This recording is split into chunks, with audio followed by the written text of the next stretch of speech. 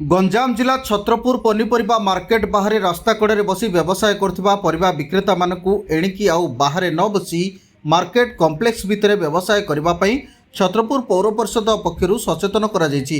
ए अभियान रे पौर परिषदर उपाध्यक्ष जी पापाराव विभिन्न वार्डर काउंसिलर एवं पौर परिषदर कर्मचारी माने शामिल होइतिले।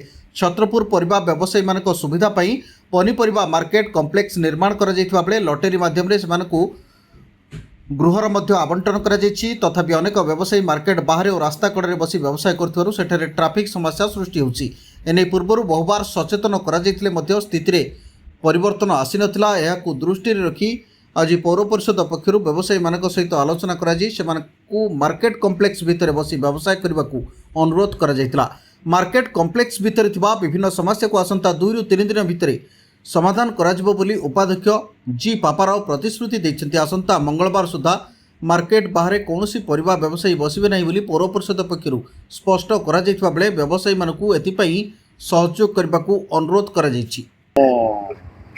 गोटे कथा कहबी गत काली आम परिषद रे गोटे मीटिंग आयोजन होतिला। से मीटिंग रे निष्पत्ति निया गला जे मेन रोड मार्केट रे आमर जो मार्केट कॉम्प्लेक्स तैयारी की पाखापाखि वर्ष हेलानी सेमानंकर अनुरोध को रक्षा करी सेमानंक उपस्थिति रे आमे वीडियो रिकॉर्डिंग करी सेमानंकु संपृक्त कराई सेमानंक द्वारा ही लॉटरी कराई सेमानंकु रूम दिया जायतिला।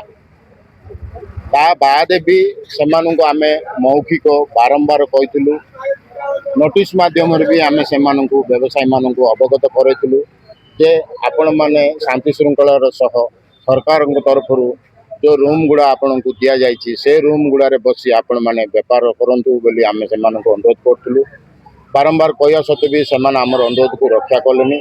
गतकाली परिषद रे एक बड़ निष्पत्ति निया गला जे जिला प्रशासन को अवगत कराई जे आगामी मंगलवार दिन जो मानकु जो रूम मिली से रूम रे सेमान बसिकी यदि व्यापार यदि सेमान न करिवे सेमानंकर रूम को पर्याप्त करी अन्य जन को दिया जीवो तत्सहित सेमानंक विरोध रे आईन अनुसार कार्यानुष्ठान कराबो।